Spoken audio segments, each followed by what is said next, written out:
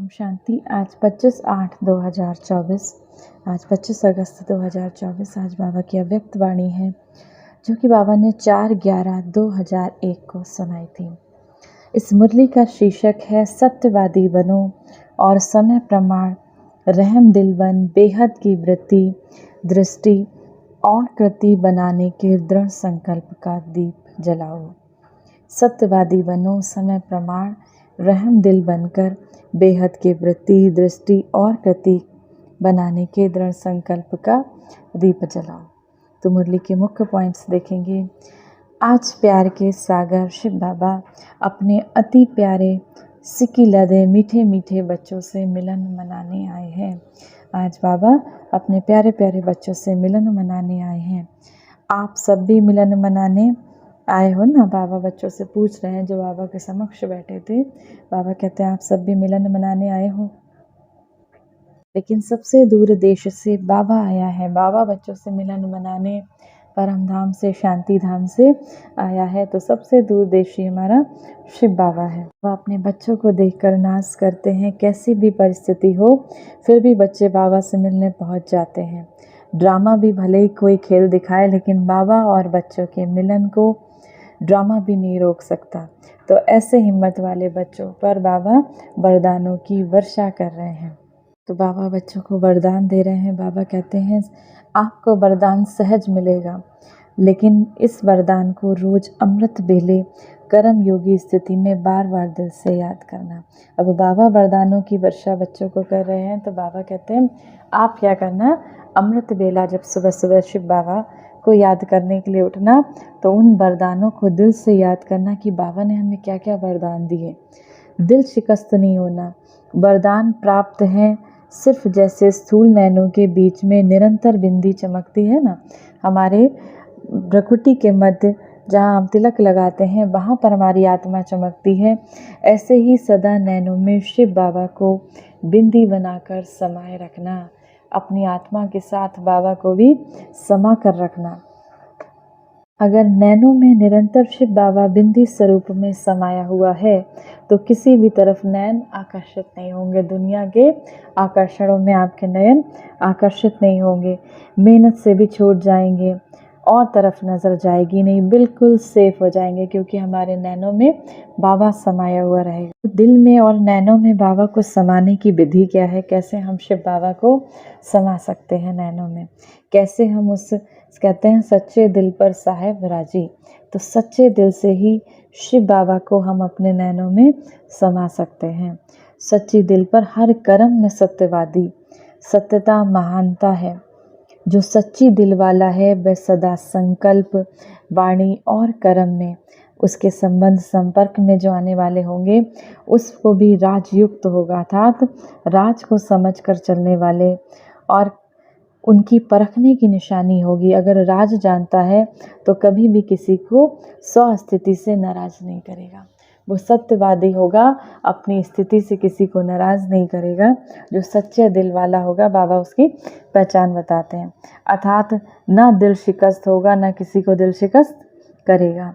उसके संकल्प में भी, वृत्ति से भी, स्मृति से भी, दृष्टि से भी किसी को नाराज नहीं करेगा, क्योंकि वो सबके व अपने स्वभाव संस्कार को जानने वाले राजयुक्त बन जाते हैं। जो सच्चे दिल वाले होते हैं वो सबके स्वभाव को जानने वाले राजयुक्त बन जाते हैं। तो शिव बाबा को राजी करने की विधि है राजयुक्त होकर चलना। राजयुक्त अर्थात ना अपने अंदर की नाराज़गी आए, ना औरों को नाराज़ करो। ना अपने अंदर नाराज़गी आए, ना औरों को नाराज़ करो। सदा समय अनुसार अपने मन, बुद्धि, स्वप्न तक भी सदा शुभ और शुद्ध संकल्प रखो। बाबा अपने बच्चों को शक्तियाँ देता है, लेकिन कई बारी बच्चे उन शक्तियों को समय पर यूज़ नहीं कर पाते।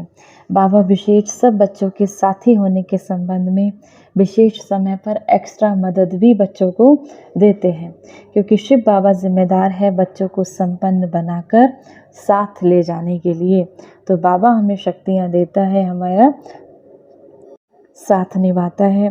तो बाबा अपनी जिम्मेदारी विशेष ऐसे समय पर निभाते हैं, लेकिन कभी कभी बच्चों के मन की कैचिंग पावर का स्विच ऑफ होता है। बाबा हमें कुछ संकेत देना चाहता है, बाबा हमें कुछ मदद देना चाहते हैं, लेकिन बच्चे उसको कैच नहीं कर पाते। कैचिंग पावर का स्विच ऑफ होता है, बाबा कहते हैं। और क्या करें, बाबा तो स्विच ऑन करने की कोशिश भी करते हैं, माया कोशिश करती है ऑफ करने की, बेकार अपनी तरफ खींचते हैं। बाबा स्विच ऑन करने की कोशिश करते हैं, माना बाबा आत्मा को सत्व प्रधान बनाना चाहते हैं। बाबा जो संकेत हमें देना चाहते हैं, कई बारी जब व्यर्थ संकल्पों की अधिकता हो जाती है, जब माया के आकर्षण में बच्चे डूब जाते हैं, तो बाबा के वो संकेत नहीं समझ पाते, माया सेकंड में ऑफ करके चली जाती है। इसीलिए जैसा नाजुक समय होता जाएगा, अभी और आगे नाजुक समय होना ही है। डरते तो नहीं हो ना, बाबा ने भी पहले भी कहा कि आप सबने वर्ष क्यों मनाया, कौन सा वर्ष मनाया, संसार से संस्कार से संसार परिवर्तन करने का। हम अपने संस्कारों से संसार का परिवर्तन कर सकते हैं। बाबा कहते हैं ऐसा आप वर्ष भी मनाते हो, ये वर्ष भी मनाया गया। जब बच्चों ने संसार परिवर्तन का पक्का संकल्प ले लिया कि हमें संसार को, इस विश्व को परिवर्तन करना ही है, जब ऐसा पर संकल्प लिया, तो प्रकृति शिव बाबा से पूछती है, मैं तैयारी करती हूँ सफाई करने की। लेकिन सफाई करने वाले जो निमित्त हैं, वह करते करते सोच में पड़ जाते हैं। अब इस संस्कार परिवर्तन से जब आप बच्चे इस संसार को परिवर्तन करने को, संसार में पवित्रता, प्रेम, सुख, शांति की स्थापना करने के निमित्त बनते हो, तो प्रकृति भी शिव बाबा से पूछती है, अब मैं अपने तरीके से संसार की सफाई करूँगी। तो प्रकृति की सफाई कैसे होती है, कहीं आपदा आती है, कहीं कुछ होता है, कहीं भूकंप आता है, तो प्रकृति इस तरीके से इस सृष्टि की सफाई करती है। तो बाबा कहते हैं लेकिन कई बारी बच्चे जो कि इस संसार के परिवर्तन के निमित्त हैं, वो ही दुविधा में पड़ जाते हैं। जो इस विश्व को परिवर्तन करने वाले विश्व परिवर्तक हैं, वो ही दुविधा में पड़ जाते हैं। प्रकृति शिव बाबा से पूछती है, तो बाबा प्रकृति को क्या जवाब दें। बाबा कहते हैं बाबा क्या जवाब दें। प्रकृति कहती है बाबा सफाई सृष्टि की करें, नई सतयुग की दुनिया की स्थापना के लिए धीरे धीरे बाबा इस सृष्टि कलयुगी सृष्टि को समाप्त करके नई सतयुगी सृष्टि की स्थापना होगी। तो बाबा कहते हैं, प्रकृति पूछती है कि हम सफाई करें, लेकिन बाबा बच्चों से पूछते हैं। अभी आगे तो प्रकृति को सफाई करने वालों को सोच में नहीं डालो, क्योंकि स्थापना वाले कभी कभी सोच में पड़ जाते हैं, क्या करें, कैसे करें, नहीं करें, ठीक होगा या नहीं होगा, एकदम स्पष्ट हो या न हो, ये सही है, ये गलत है। तो प्रकृति आपके वर्ष मनाने के कारण तैयारी तो करेगी, अभी भी करा रही है, लेकिन स्थापना के निमित्त बनी हुई आत्माओं को कभी भी किसी बातों में, चाहे वो स्वयं के प्रति हो, चाहे औरों के प्रति हो, सोचने में समय नहीं गंवाना चाहिए। सेकंड में क्लियर टचिंग हो, बाबा से क्लियर टचिंग हो, बाबा के संकेतों को समझकर इस विश्व को पावन बनाने के आप बाबा के बच्चे निमित्त बने हो। तो बाबा कहते हैं प्रकृति भी बाबा से क्वेश्चन करती है, लेकिन बाबा इसीलिए जवाब नहीं देते कि बाबा चाहते हैं बाबा के बच्चे पूरी तरीके से इस विश्व को परिवर्तन करने के लिए तैयार हो जाएं। बिंदी लगाने में कितना टाइम लगता है, बाबा कहें सेकंड में। जब प्रैक्टिकल लाइफ में बिंदी लगाते हो तो सेकंड का समय लगता है। कोई भी बात में बिंदी लगाना या बिंदी रूप में स्थित होने में सेकंड लगता है। तो कोई भी बात आपके सामने आ गई, उसको बिंदी लगाने में सेकंड लगता है। अब बाबा बच्चों से पूछते हैं अपने कि पांडवों को बिंदी लगाने में टाइम लगता है, ये तो कह रही हैं सेकंड लगता है। शक्तियों में शक्ति है, पांडवों में नहीं, दोनों सच्चे हैं, क्योंकि उन्हें बिंदी अभी लगती होगी, आपकी कभी नहीं लगती होगी, इसीलिए फ़र्क। बाकी तो सब बच्चे हैं, सच्चे दिल वाले हैं। बाबा शक्ति कहते हैं अपने कुमारियों को और पांडव कहते हैं कुमार बच्चों को। तो बाबा कहते हैं पांडवों को ऐसा तो नहीं बिंदी लगाने में समय लगता हो, कुमारियाँ को शक्तियाँ लगा लेती हैं और पांडवों को समय लगता हो। बाबा कहते कोई भी परिस्थिति आए, उससे बीती को बिंदी लगाओ, फुल स्टॉप लगा के उस परिस्थिति में उलझो नहीं, उससे आगे बढ़ो। अभी गवाने को बिंदी लगाओ, स्टॉप, गवाना नहीं है, एक संकल्प भी नहीं गवाना है। कमाने के समय पे गवाएंगे तो कमाएंगे कब, अभी संगम का समय है, कमा कर हमें अपना पुरुषार्थ जमा करके, हमें सृष्टि के पावन बनाने में बाबा के मददगार बन के, योग का बल जमा करके आने वाली सतयुगी दुनिया में स्थान प्राप्त करने का। तो ये कमाने के समय में जब गवा देंगे तो बचाएंगे क्या? तो चेक करो, जो भी खजाने हैं, जो बाबा ने आपको खजाने दिए, समय का, संकल्प का, शक्तियों का, सबसे बड़ा खजाना है बाबा कहते हैं संकल्प, समय और ज्ञान का खजाना। ये आपके प्रत्यक्ष प्रैक्टिकल जीवन में आ जाए। ज्ञान सुनाना और सुनना ये फर्स्ट स्टेज है, लेकिन ज्ञान अर्थात नॉलेज को क्या कहते हैं? लाइट है, माइट है, कहते हो ना।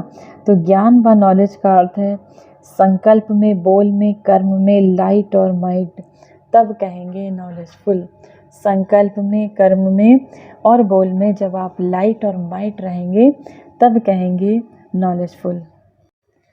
वर्तमान में आप हर एक को आत्माओं प्रति रहम दिल दाता बन कुछ ना कुछ देना ही है।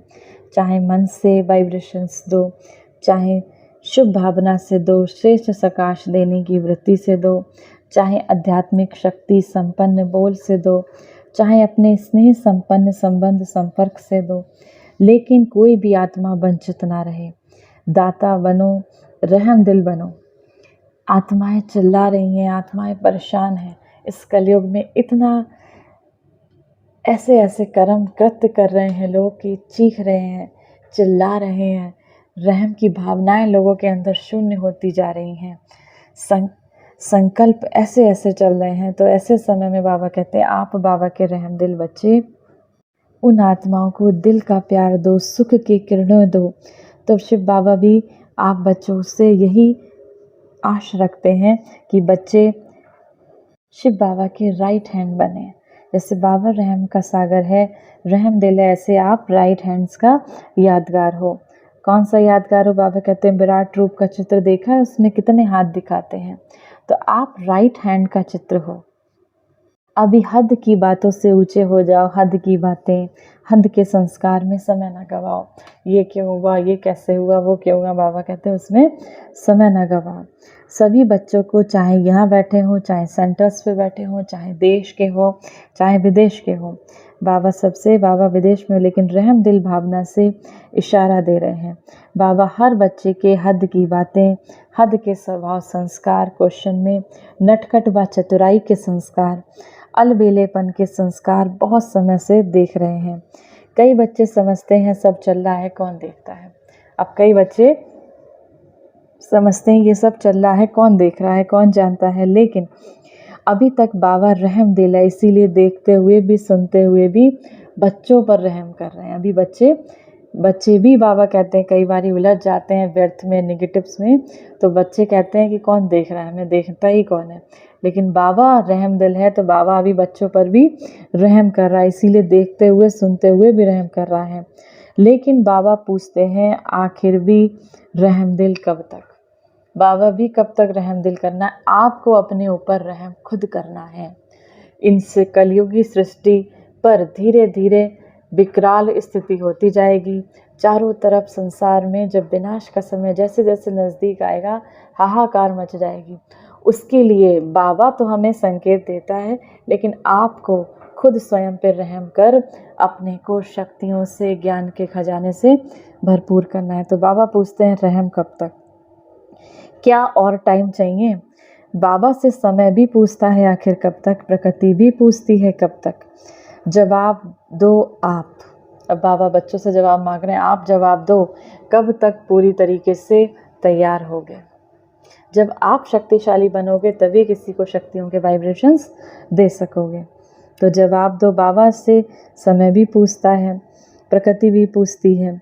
अभी तो सिर्फ शिव बाबा का रूप चल रहा है, शिक्षक और सतगुरु तो है ही बाबा, लेकिन पिता का भी रूप बाबा का चल रहा है। क्षमा के सागर का भी पाठ चल रहा है, बाबा क्षमा भी कर रहे हैं, लेकिन धर्मराज का पाठ चला। तो अब जब बाबा धर्मराज में का स्वरूप में आएंगे तो बाबा सबसे पहला हिसाब किताब अपने बच्चों से लेंगे, क्योंकि बाबा ने अपने बच्चों को बहुत समझाया। उसके बाद भी बच्चे अगर नहीं समझ रहे तो बाबा कहते हैं जब बाबा धर्मराज के पाठ में आएंगे तब क्या होगा। बाबा यही चाहते हैं कि धर्मराज के पाठ में भी वाह बच्चे वाह का आवाज़ कानों में गूंजे। धर्मराज के पाठ में भी वाह बच्चे वाह की आवाज़ कानों में गूंजे। फिर बाबा को उलहना नहीं देना कि बाबा ने आपको सुनाया नहीं।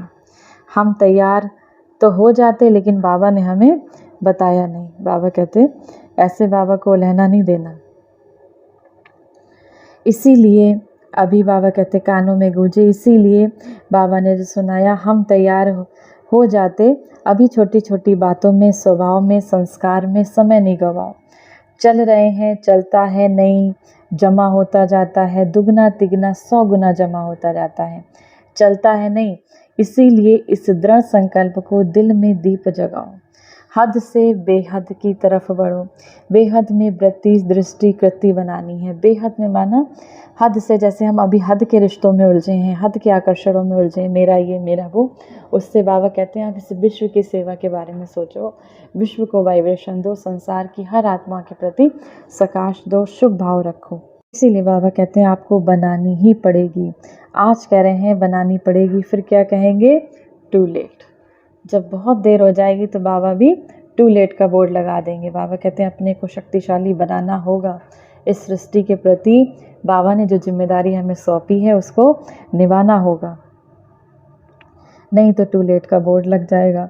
समय को देखो, सेवा को देखो, सेवा बढ़ रही है, समय भी आगे आगे दौड़ रहा है, लेकिन स्वयं हद में है या बेहद में है।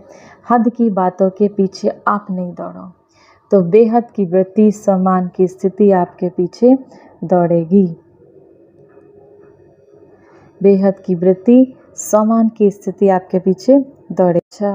चारों ओर के अति प्यारे बाबा के दिल तख्त नशीन श्रेष्ठ आत्माओं को सदा हद के स्वभाव संस्कार परिवर्तन करने वाले बेहद की परिवर्तक आत्माओं को सदा एक सेकंड एक संकल्प भी व्यर्थ ना गंवाने वाले जमा करने वाले तीव्र पुरुषार्थी बच्चों को सदा रहम दिल बन, दाता बन, हर आत्मा को, चाहे ब्राह्मण आत्मा हो चाहे प्यासी आत्माओं को कुछ ना कुछ अंजलि देने वाले, सकाश देने वाली, ऐसे बड़े दिल रखने वाले बच्चों को बाबा को बहुत बहुत याद प्यार और नमस्ते।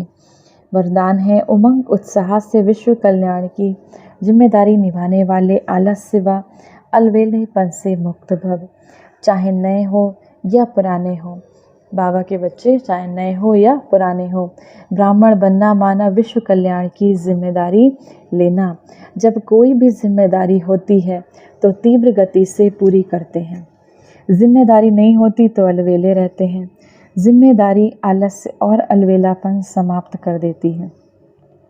उमंग उत्साह वाले अथक होते हैं, वे अपने चेहरे और चलन द्वारा औरों को भी उमंग उत्साह बढ़ाते रहते हैं। स्लोगन है समय प्रमाण शक्तियों को यूज़ करना माना ज्ञानी और योगी तू आत्मा बनना। समय प्रमाण शक्तियों का यूज़ करना, जो भी शक्तियाँ बाबा ने हमें दी तो उन शक्तियों को जब हम समय प्रमाण परखने की शक्ति, निर्णय करने की शक्ति, सहन करने की शक्ति, सामना करने की शक्ति, जब हम समय प्रमाण उन शक्तियों को यूज़ करते हैं तभी हम ज्ञानी और योगी आत्मा कहलाते हैं। आज हमारी बहुत प्राण से प्यारी दादी प्रकाशमणि जी का पुण्य स्मृति दिवस है, जिससे दादी ने अपने हर कर्म में सत्यवादी बन सच्चे दिल से सच्चे साहिब को राजी कर दिल तख्त नशीन बनी। दादी ने अपने जीवन में जब से बाबा की बनी उन धारणाओं को धारण किया। ऐसे हमें भी दादी के समान बनना है। यही उनके प्रति स्नेह भरी श्रद्धांजलि है। हम उन्हें श्रद्धांजलि कैसे देते हैं? जैसे दादी ने अपने जीवन को बाबा को समर्पित किया, ऐसे ही हम भी उन धारणाओं को अपने जीवन में धारण करें। अच्छा, ओम शांति।